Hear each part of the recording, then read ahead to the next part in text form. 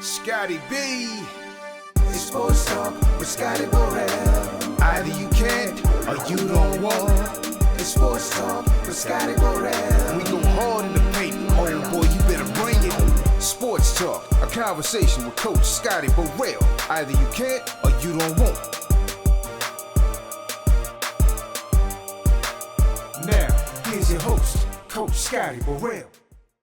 Hey, welcome to Sports Talk. On the road, I'm Scotty Burrell. I like to say either you can't or you don't want. Man, we're here at Peabody High School with the legendary coach Charles Smith. Man has won multiple state championships. He's a Naismith Hall of Fame head coach inductee. He done helped in countless lives with the young athletes here at Peabody High School. Everybody, let's welcome Coach Charles Smith. Coach, thank you. Thank you. Thank you very much for having me. So how are you, Coach? I'm great, man, and to be on Sports Talk with my best friend, Coach Scotty Burrell, I mean, we go back a long way. Long way. Long ways. From playing, to coaching that's against correct, each other, that's to correct. calling each other, getting That's a little right. insight. Because who wouldn't call to pick your brain, huh? You got so much, All right. so much in there. Well, Coach, look, we got so much to talk about, and we want to try to get as much information like I just said. I want to pick your brain, man. Okay. Look, Peabody High School, you're a legend. I want to ask you, if you don't mind, how old are you, Coach? I'm 75 years old, born in 1949. I always consider myself as a war baby. Oh, are My you? dad was in World War II. Oh, wow. That's right. Wow. So speaking of family, let's talk a little bit about your family. Okay. Where you where you went to Right, school right. and what have you, Coach. Right. I always consider myself as a country boy. I was born in rural Rapides Parish. That's northeast of Alexandria. And I had some great parents in my upbringing. My mom was a school teacher. She was back in the day, they used to call them a church house school teacher, where, the kids, on Sunday you went to church, the building was a church, and then Monday through Friday, they converted the church building into a school. Wow. And it was a one-room school, meaning that all the grades. Everybody was in that's the correct. same.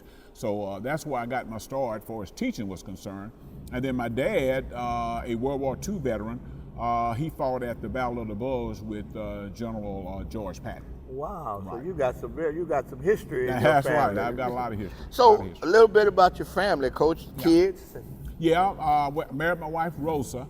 We celebrated our 50th year of marital bliss wow. this year. So we've been married for 50 years. Have two outstanding children. My daughter, Dr. Kamisha Ross, she's over the education department at Southern University, New Orleans. Wow. And then Kedrick Smith. Yeah, I met him. Yeah, he's I call my him assistant Smitty coach. Jr. Yeah. we go. Right. We done shared some trips in the That's AAU right. days. That's right. And he's my assistant coach. He played basketball for me here at Peabody and went on to play at North Carolina Charlotte. Wow, amazing history. So I see, like you mentioned, you're a graduate of, is that Watermark High School That's here? correct. That's correct. Boys High School. Right. Went on to Paul Quinn, played at Northwestern State. Man, you got a Master of Education. Speaking of that, a lot of people don't know you are a math teacher. That's correct. I teach math, and as you correct, I graduated high school from A. Watermark High School in Boyce, Louisiana. I left there, went on to Paul Quinn College, which is an HBCU. At that time, it was located in Waco, Texas. Okay. And I went out there on a baseball scholarship. Oh, I didn't know. See, yeah. Sports Talk, you're getting to know something about this, man. Go ahead. I went out there on a baseball scholarship. I played baseball for 4 years, and I had a real good senior year, and I was invited to the Cincinnati Reds tryout camp. Did not make the team, so I went on, came on back home and started teaching. Wow. Right. Amazing. Coach, let's see that Sports Talk. We didn't know the man got a little baseball in him, too. So, Coach, multiple district championship, Right, multiple state championship. Looking at your resume, it's amazing. Did you ever envision that, Coach? Well, I didn't envision even getting into basketball. When I first started teaching in 1971, due to integration, the little school I started at closed down, and I was transferred over to Pineville High School. Pineville High School was a predominantly white high school, and they closed the black school, and we all was transported over, students and teachers. And when I got to Pineville High School, they told me that there were no coaching positions. So as you said, I am a math teacher. Right. And they accepted me as a math teacher, but not as a coach. Right. So I stayed there and taught for 2 years. and a position came open here at Peabody High School for an assistant basketball coach and a math teacher. So I transferred 2 years after I started at Pineville High. So in 1975, I transferred over to Peabody, and in history from there. So basically, you wanted to be a basketball coach. I wanted to coach. In my high school, I had a great high school coach, Richard Reed. He was a great basketball coach and baseball coach. And I just admired the way he handled the coaching part of it. And, and I wanted to be, as a matter of fact, when I started to college to major in physical education, to become a coach. Right. And then I was doing so well in math, my advisor advised me to switch from PE. Well, he didn't switch. He said, make math your major and PE your minor. Okay, that's how it is. 35 district championship, 35 Coach of the Year awards in the district. I'm smiling, I might say only 3 runner-up, but you was always the champion. You got 9 state championship now. Correct. Only 3 state runner-up, 22 state appearance, now 23 with the previous year. Correct. Man, 2 Mr. Basketball in the state of Louisiana. Coach, that hard work paid off. In your mind, once again, I'm gonna ask that question. Did you envision that again? No, I did not. I've always worked hard in the classroom because I felt that I would make the difference with my students for as it comes to mathematics. And mathematics is a hard subject for most students. So I worked very hard to break it down and make it as easy as I possibly could for my student with them achieving at a high level. And I tried to transform that over into basketball. And I did that very well, meaning that I demanded that the guys come to practice every day. Discipline is number one, because if you don't have discipline, you don't have anything. You don't have a program. Discipline was number one. And when I say discipline, I mean that kids that are willing to follow instruction, correct, to come to practice every day, and to work hard to become the very best that they can be. Wow. Well, if you look around Sports Talk, if we haven't showed you yet, we will show you throughout the show the banners up here, the trophies in the trophy case. It pays off. And if these guys don't want to follow your lead, they don't want to follow nobody's lead.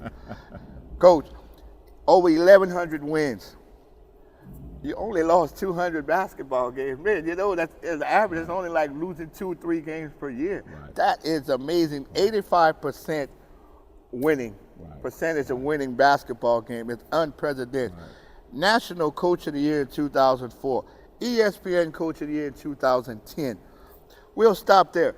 What an honor. When you got that call, what went through your mind, Coach? Well, really, I didn't expect that.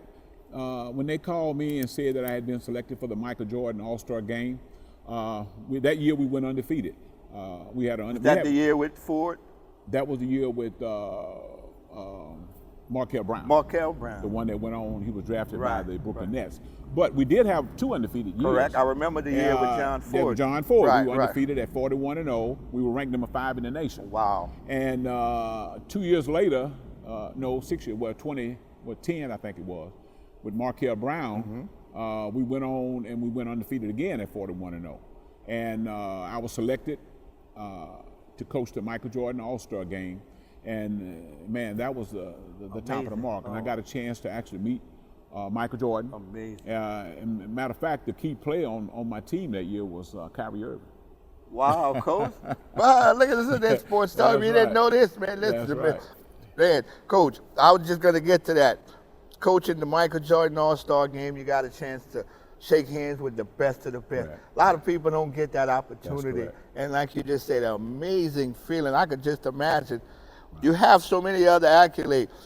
You were just inducted into the Naismith Hall of Fame several months back. Correct. When you got that particular phone call. Unbelievable. When I got that call saying that I was a finalist, I said, well, great honor. I was, blowing it up. I said, I'm a finalist for the Naismith Hall of Fame, thinking that, hey, that would be it.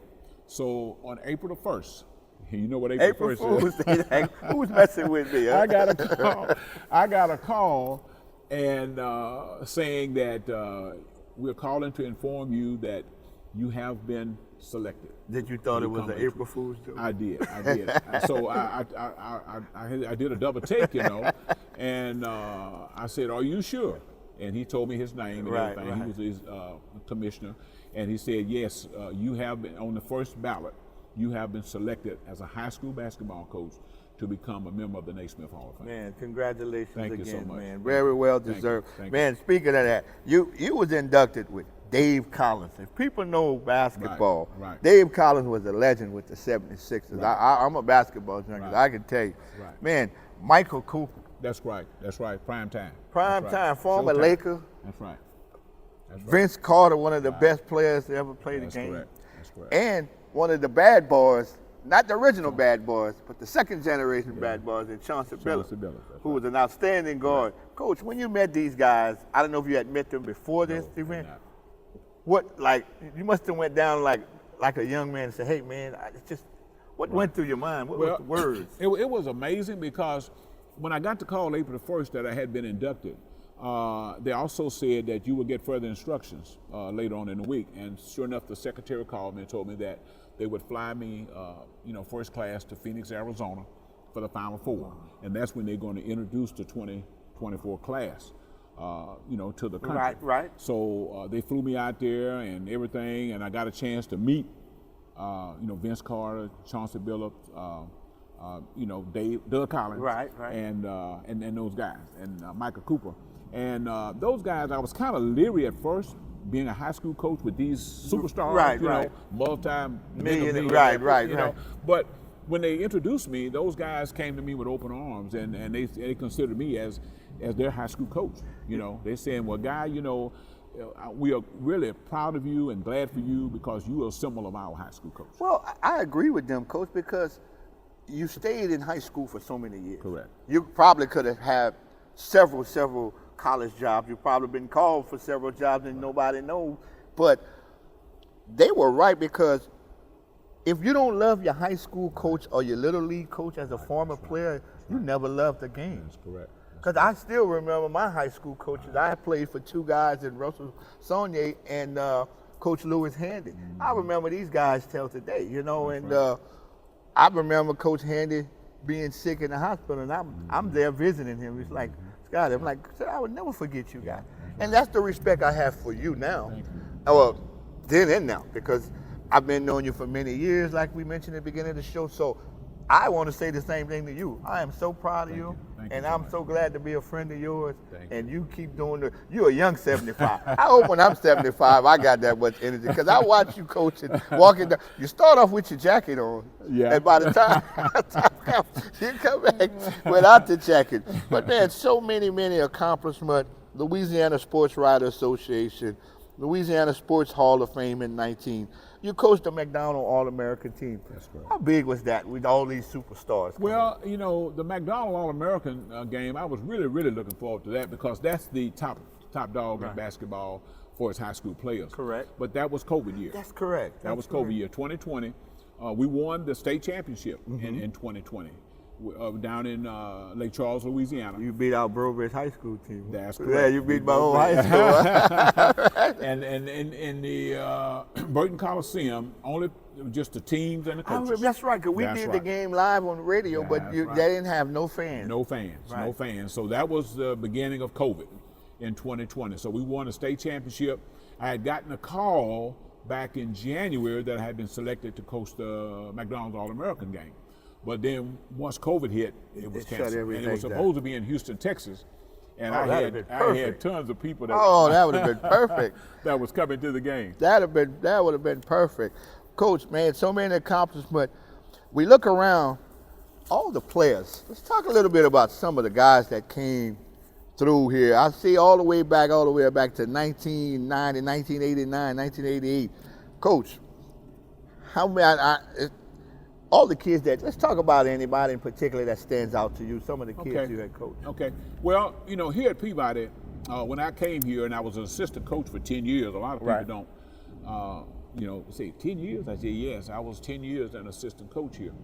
And I had a privilege of coaching a guy named Paul Thompson, which was, man, he was phenomenal. I know you remember Howard Carter. Yes. But he and Howard Carter was the 1-2 players in the state. Wow, in 1979. And Paul just was a worker, man. And I mean, he wasn't gonna let nobody outwork him.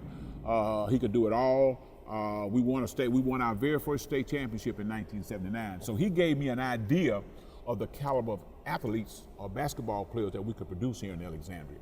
So he was the prototype. Gotcha. Left here, excuse me, he went on to Tulane University, got his degree in 4 years, and he was drafted by the Cleveland Cavaliers. So he gave me an idea of what heights these kids could arise to in Alexandria. So when I became the head coach in 1985, that's the mark that I tried to get all the guys to. And not only was he a great athlete, he was an honor roll student. Oh, that says a lot. So he was a combination of a student athlete. So he was the prototype for me to what these kids could reach. And so after that, that's the mark that we set every year. And not just for one player, we tried to set that mark for all. Even if you're not starting five, you still have to maintain what the starting five. That's right, and you still could be an outstanding student athlete. Right. And that's what I pushed, being an outstanding student athlete. So on each one of my teams, I've always had 4.0, 3.5 students. And even though those guys, we won state championships, we got 10 state championships, so they were able to be a part of a championship team. But those guys that did not get scholarships, and I've been able to get over 70 scholarships, and that's from UConn, Alabama, USC, Rice University, Tulane, Oklahoma State. So we've been able to get over 7, and that's the thing that I'm really proud of. I'm taking what some people call at-risk kids, right? Which mostly come from single parents, and I'm able to work with these guys and being able to push them to a level that they never even imagined. Well, that's the respect they have for you, Coach. Your foundation was set.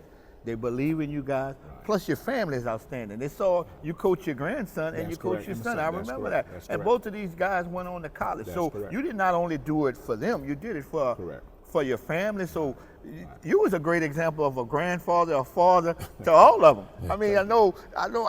If they don't see what we see, so I know the people in the community appreciate you so much. How much? Excuse me, what I'm looking for. The gyms are packed. So how many people does this gym hold, and how often do you have to turn people away? This gym. When I first started at Peabody, we started in what we call the old gym, and it was an upstairs gym. Correct, I remember. And the reason it was upstairs because this area used to flood. Oh, okay. And so they built a gym upstairs so it protect the floor. But we started there, and they built in 2000. They built a brand new plant. They tore down all the whole structure, and they built a new plant. And I had input into the design of the new gym. Absolutely. So as what you see here is what I envisioned that we could do here at Peabody basketball. And you notice the banners on the wall, I designed those, and I wanted them to be uniform because you go in a lot of gyms, they got different sizes. Right. So I wanted everything to be uniform. It's nice. But back to the players, man. We had a chance. Coach Chris Poulard and I, we coached Team Louisiana and Louisiana Stars to coach some of your guys. We even had Lance Brasher, who's who's the coach at Alexandria that won a state championship. Right. Coach, how proud of him when he ended up winning his first title? Well, that was outstanding, knowing that you've done something as a high school coach to inspire this young man to go on to college. He played college basketball at UL Monroe. And then he was able to come back home and put his stamp on these young people, And that's the thing that's key to me. It's not really the basketball. Right. It's what's coming out of the basketball. And what I try to get to come out of basketball is outstanding young people that can go on to become productive members of society. That means give back. I must have been listening to you from afar because I tell my kids that all I want to see is a great person in the community. The air will come out the ball. That's right. And you have to be realistic sometimes. That's right. You know if you belong in the NBA. You know that. That's you right. know if you got that chance. Right. But if you get to college, it's another stepping stone for you to have a little fun. That's right. I always tell them you can meet your future wife. Go to the nursing area classes. Go to the law department. Go meet your future wife. But I tell the kids, so I must have been eavesdropping on some of these conversations. Okay. But Coach, we had I've had two kids from you guys that I want to talk about. Okay.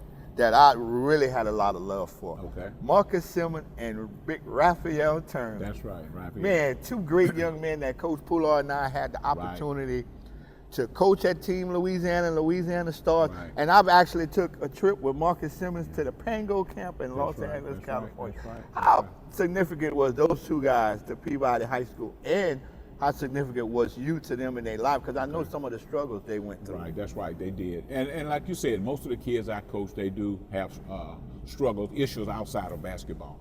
But I try to present to them the idea that use basketball as a tool. It's a tool. It's a tool just like if you want to go chop a tree down. Right. You need an axe. Yes. You know, Yes. So if you want to be successful in life, basketball can help you do that. Absolutely. But don't let basketball consume you.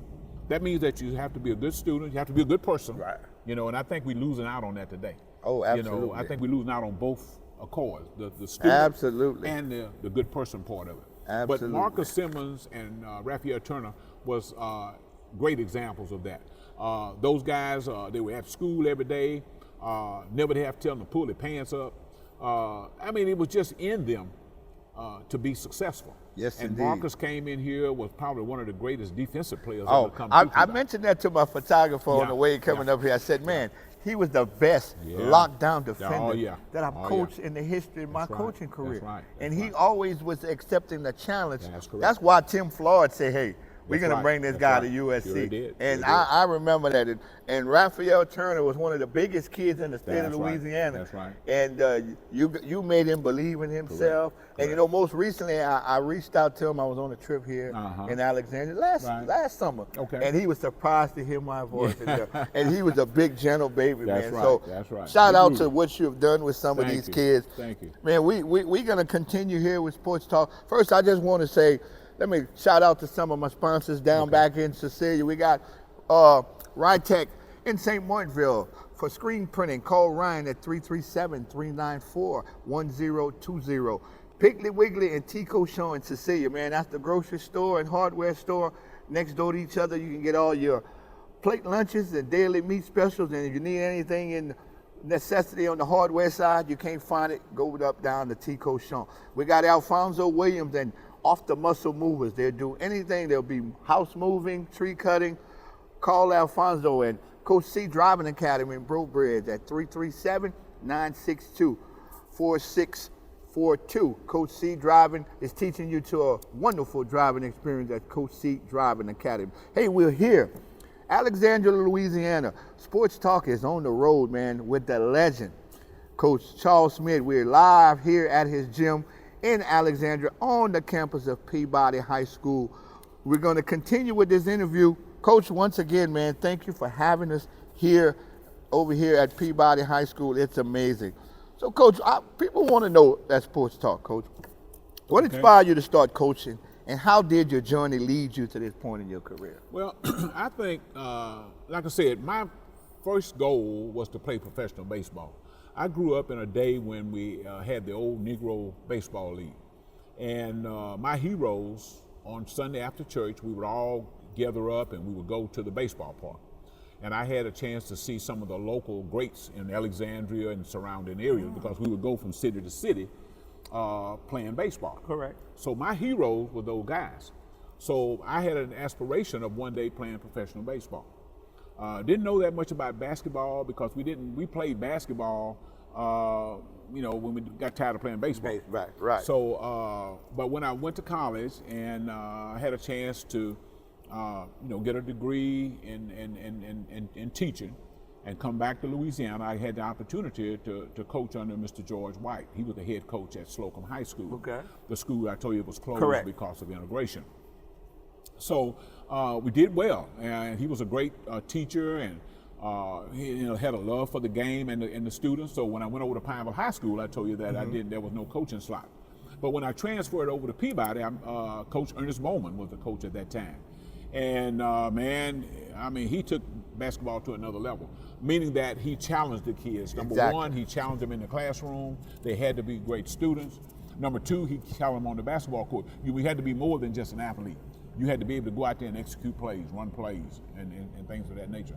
So I took a combination of all of that, and I put that into my philosophy, and I was able to come up with the success. So it sounds like the foundation that you grew up in around sports, you just took advantage of what it was and just built on it and built on it. That's correct. And you had great leaders before you. That's So right. that made it a little easier. That's correct. Until Father Time started catching up and the kids started changing and so forth. Yeah. So, Coach, how much do you think it has changed players-wise, parents? How big is the difference in the game now in the decades you've been coaching? Well, I'm going to say this. I'm all in favor of change. But when I say change, you should always change for the better. Absolutely. Not worse. Absolutely. A lot of the people saying that the old days, the way they raised kids wasn't good. It's a modern day way you raise kids. Well, that could be true, but it should be better. Yes. I know back in my day, in your day when we were raised, very few times we had violence.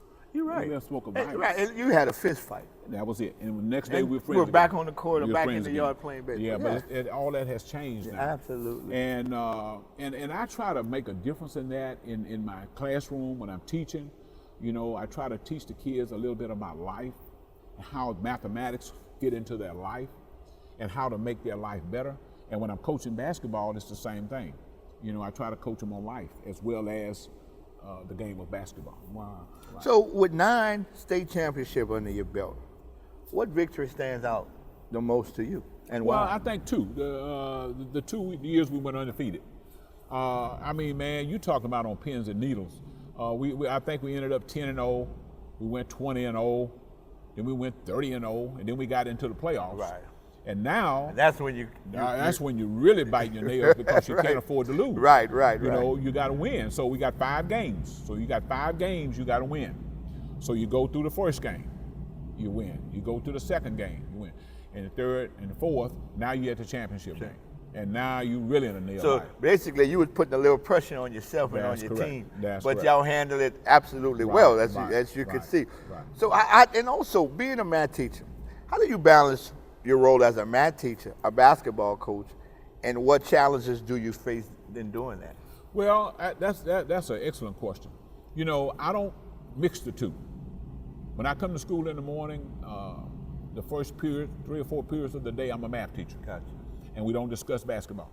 I don't want to know how many points LeBron James hit last night and who is my best player, who I think, I don't want. We talking about mathematics. We talking about the fundamentals of mathematics. All right. Then once we leave the classroom, first, second, third, fourth period, and we go to the gym, now we're talking about basketball. Well, I hope when some of these coaches and players see this interview, they could take a little bit of what you're saying, because it makes a lot of sense, Coach. Yeah. Now, do you hold your guys accountable to a certain GPA? Yes, I do. I do hold them. I would like at least a 2.0. But I've been very fortunate enough to have teams that the GPA of the team was like a 3.0. That's fantastic. I've had, it was ironic that on the 241-0 teams, I had 2 boys on both of those teams that were 4.0 students. That's fantastic. That's when we preach to the kids a lot about GPAs, and you get as a coach, you get to that struggle where the guy's being recruited, and we're 1 point short. We don't know about the clearinghouse. We don't know about the ACT. Right. Having coaches like you and some of the other guys that instill that into their program, that says a lot, because I done seen a lot of guys fall through the crack because we're 1 point shy of this, 1 point shy of that, and not knowing what they need to get into the next level. You don't just jump into college and say, you got a scholarship, come on through. There are rules and regulations that you have to follow to get it. So you believe, what qualities do you believe are essential, which we kind of touched that, in having a successful basketball player, and how do you instill that into your team? Well, the first thing, I think the very first thing is that the players have to feel that they are a part of a family. I firmly believe in that. We all a large brotherhood. We are a family. And the coaches are your surrogate dads, We are just like dads. That means we are dads, then we're role models. We are. Yes, sir. Role models. And remember, I talked to you earlier, about I really admired my high school coach. Yes. But for what is he was doing it for as sports was concerned. But he would smoke cigarettes around her and then dare us to smoke. But that was back in the day. That's the old days. That's the old days. That's the old days. They had to have a cigarette and a cup of coffee. Right. That's cigarette and a cup of coffee. But what I'm saying is, you can't do that today. No, and I wouldn't do that Right. because I can't demand my players not to do things and I'm doing it. Right. That was the only drawback I had Right, to it. right. Don't tell me not to smoke and you're smoking, And like I tell my kids, whatever I tell you not to do, then I'm not going to do it either. Absolutely. I'm going to respect you. You're going to respect me. Absolutely. I'm going to have respect for my elders. You should respect for your. I'm going to respect your parents. You should respect your parents. Absolutely. To come out after the game and watching one of the kids argue with the parents. No. But it's just a little joke. But back in the old days, they had to have a cup of coffee and a cigarette. That's correct. Because the struggles we went through being an African American citizen. Guys, a lot of young players don't research the old days. Right, You only go back a little bit, but you need to go back from the beginning. Right. I believe I was born in the 60s, that we were born in one of the greatest eras. Why?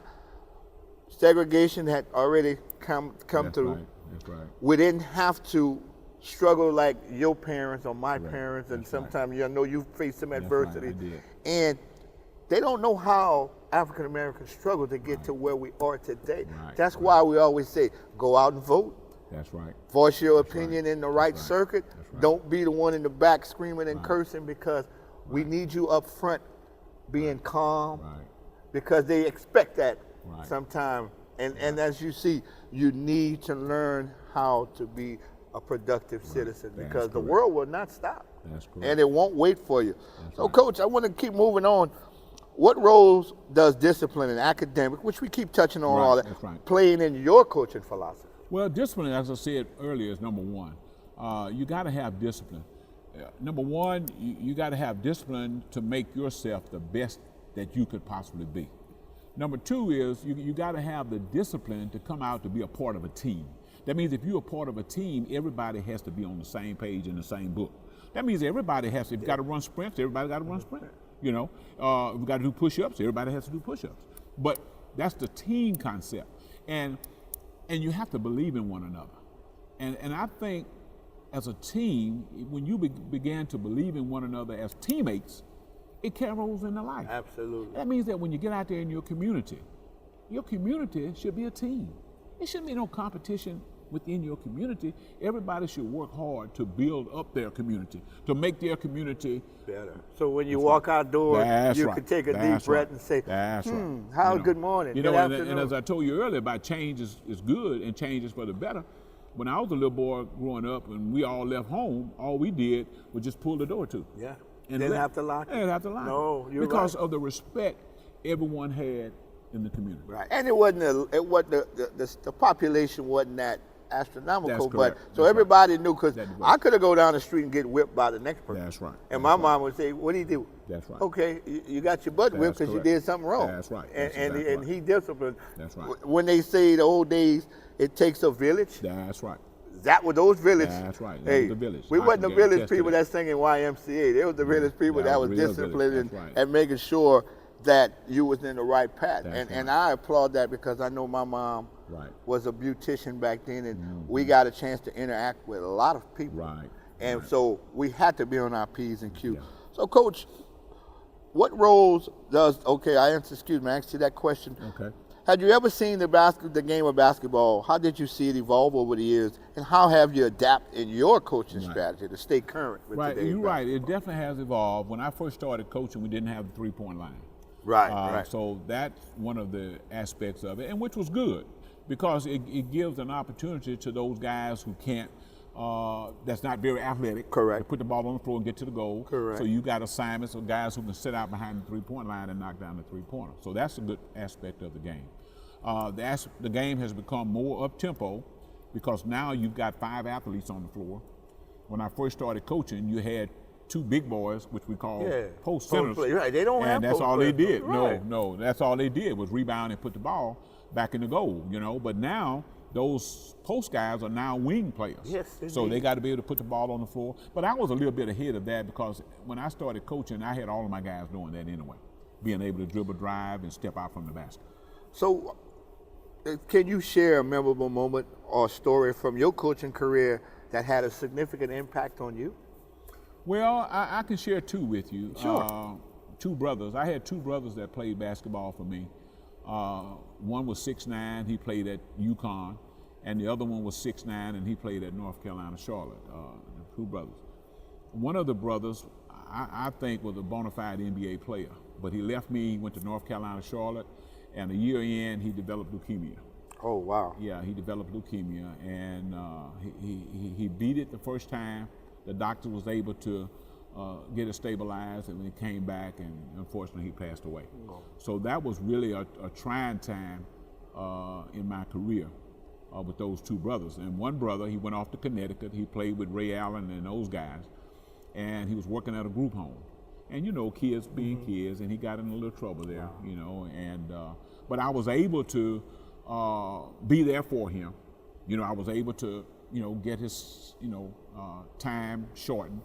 And now he is back and is a productive member of society. That's people. That's part of life. That's correct. That's right. You can't follow them once they leave That's you, coach. correct. You put your stamp on them and hope that they keep that envelope in their pocket. And when it comes to, because I've faced some challenges like that being a coach. We've lost a couple of players. I've had one that tragically took her life, and that touched me so much. And I'm like, wow, I wasn't expecting it. I didn't know. I had never experienced that. You know, I was so touched by this young lady because we would see each other randomly. Bro Bridge is small, so we'd see each other quite often besides school, through the neighborhood. So it touched me so much. So, you know, it's just one of them things. So how do you stay motivated and passionate about coaching after all those years, Coach? Well, to be honest with you, I get a joy seeing a young man come in here as a ninth grader. Some having great skills, some having no skills. And being able to work with these guys, and when they get to be seniors, you got colleges coming in, be it JUCOs or major colleges, trying to sign these boys to scholarship. So that's what really motivates me. Of course, winning does too.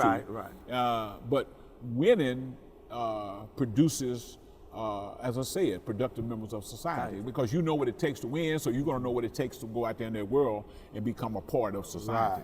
That's what kind of motivates me and keep me going. This past year, we won I won my 9th state championship, the 10 since I've been here, one as an assistant coach. And this was 2024, and I told you I started in 1985. So I was just about to get out of high school back then. Wow. So being able to adjust my game from 1985 to 2024 and still be able to produce state champions. I mean, you know. Well, you had state championship players. How did you approach developing young athletes, particularly those who wanted to be a college player? Okay. Well, number one is I never cut a player. I mean, I come out here, when I say cut a player, I never released a player from the team. I always come out and I work hard. If I got 15 guys on the team, I work hard with all 15 guys. Now, whether or not they produce and get better, well, that's the time and effort that they put into it.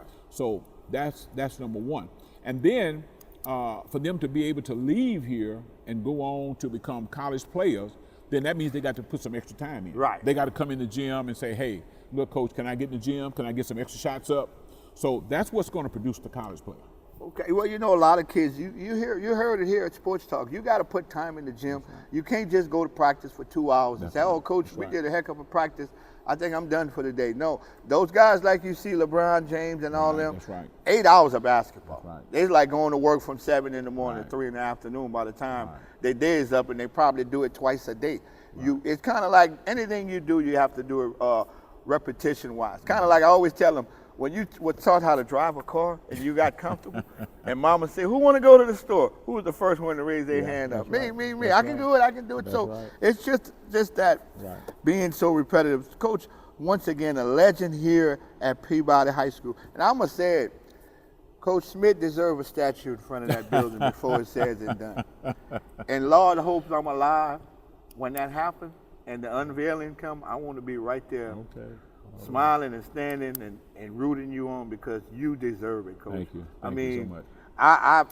It gives me goosebumps just being the president because I love the game of basketball. Yeah. I did some We have AAU guys, Right. and we went down to North Carolina. Michael Jordan played in that arena, Uh-huh. and I walked in and I kissed the middle of the floor. The players Yeah. like, "What you doing?" Yeah. Yeah, I know it's dirty, but we done Yeah. kiss worse than Yeah. that, guys. That's So, but that's the love I had for the game. Right. Man, you look around here, guys, at Peabody High School, the banners, the awards, the accomplishment. When you walk down the hallways at school and Right. how gratifying the administration, the faculty, the staff, Right. when they adapt to you, Coach, how gratifying is that? It's really good.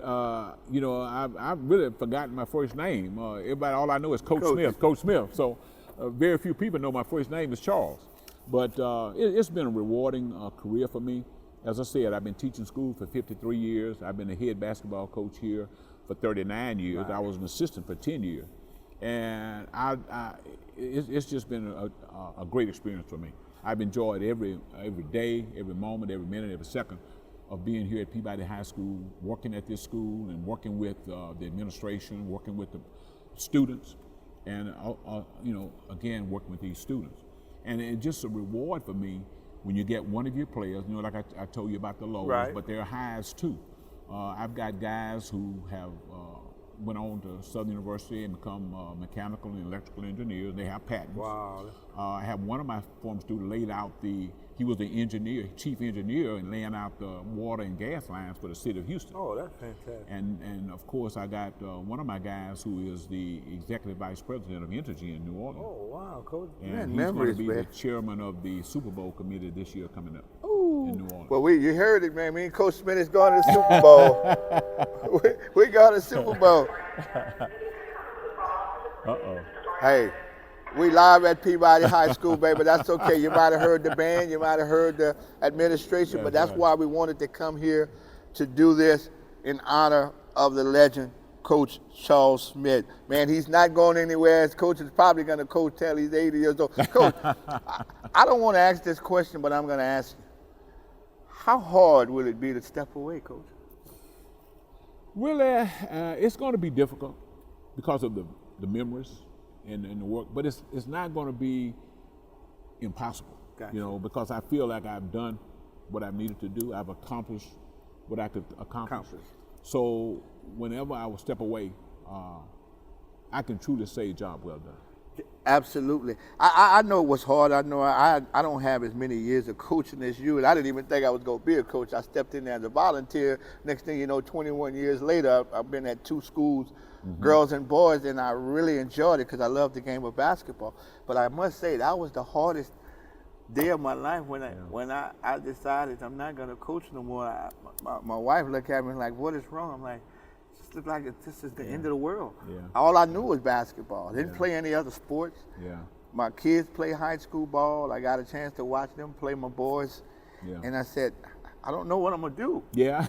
And then when the guys came and said, let's do radio, let's do sports. And Yeah. I'm like, you know, that's going to keep me close to the game. So, Coach, what advice would you give to young coaches who are just starting out and hope to achieve similar success? Well, number one is develop a philosophy. You know, develop a philosophy, and don't be afraid to tweak it. You know, when I'm saying tweak it, if this not working, change it, and that's what I've done over my career. I've been able to tweak it according to the generational kids that I've been working with. Like some coaches, but just the one way, the only way. Right. But I've been able to adjust.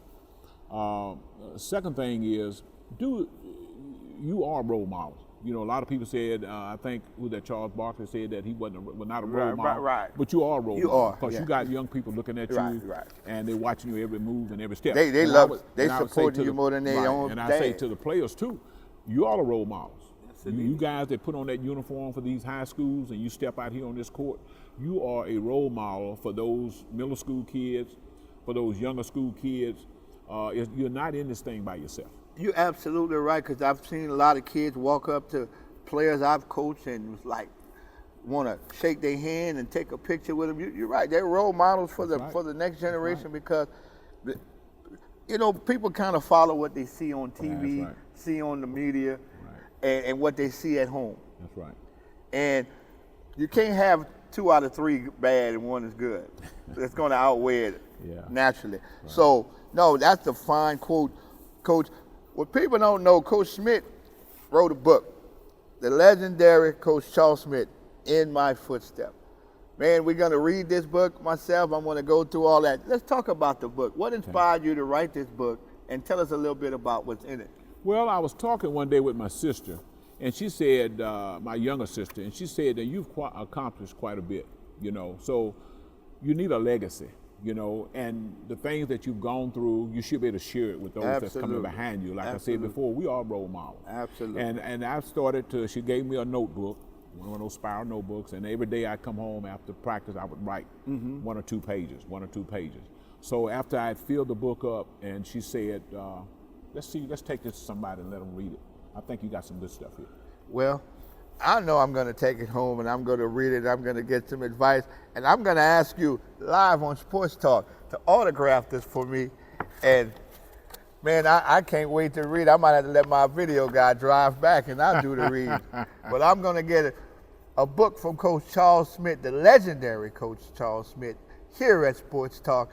He's going to autograph it for me, and I'm going to share this with my grandkids who's some basketball players and want to be great basketball players, and I can't wait for you to meet them. So are you guys going to be back at St. Martinville this year? Yes, we are. All right, so I'm going to make sure. Daryl and I go way back. Love him, man. Love Coach Mitchell, too, and hopefully we're going to have him on Sports Talk also. But Sports Talk, we're here at Peabody High School. Once again, I want to thank my guys at Rytech, Ryan, for his support. I want to thank Dane Green and Piggly Wiggly in Cecilia, Coach C Driving Academy in Brobridge, Alfonso William, Off the Muscle Movers. He'll do any type of work that needs to be done. He's from the Cecilia Brobridge area. We want to thank you guys for being a loyal supporter. We want to thank my girl Megan Buckner at Crazy About Crawfish for all the love and support she gives here at Sports Talk. We're going to continue in closing with the legendary Coach Charles Smith. I'm going to say it again. I want to be here for the unveiling of that statue. Well, hopefully I'm healthy and alive, but I'm going to be here because, man, you deserve that. Coach, in closing, anything we want to touch on that I might have missed, because it's just so much. Well, I want to say that I've truly been blessed by God. You know, all of us have a call, and God has put all of us here for a reason. And I'm glad that I was able to realize the reason that he put me here. Amen. And that's just to work with young people. You know, coaching is a part of it, but I've been able to touch the lives of many, many young people, you know, throughout my career. So I want to and I always thank him and give honor to God for making me the person that I am. Well, he made a great person, a great friend of mine. When I call you, you always answer with great spirit. So I know our relationship go back way, way back, not only in coaching and against each other, just mentoring you guys, watching you do what you do up and down the sideline. So, Coach, one more thing. What type of team you're going to have this year, and what we know what people are expecting. So nothing less but going to the top 28. But how you feel so far with the summer, with the way the boys are? Well, we had a great summer. We're going to be very, very young this year. I lost 6 seniors this past year off a championship team. But we do have 2 outstanding players that are returning. So we're going to have to try to put our heads together, my son and my other coaches, put our heads together and see what we can come up with for us developing this team. Well, here at Sports Talk, we want to say thank you. We want to give you a shirt that says, hey, you have been a guest on Sports Talk with me, Scotty Burrell. Thank you. And I hope you cherish this because, man, I truly have a lot of love and respect for you. Thank you. And I say that with sincerity. So God bless you and thank you. Thank you. Hey, man, this has been Sports Talk at Peabody High School. The legend, Coach Charles Smith, 9 state championship. Naismith inductee in the Hall of Fame. He'll be down in Springfield, Massachusetts in October for the ceremony. We want to wish him luck. This has been Sports Talk at Peabody High School. We out of here. Thank you, Coach. Thank you, bro. All right. Scotty B. It's Sports Talk with Scotty Burrell. Either you can't or you don't want. It's Sports Talk with Scotty Burrell. We go hard in the paint. Oh boy, you better bring it. Sports Talk, a conversation with Coach Scotty Burrell. Either you can't or you don't want.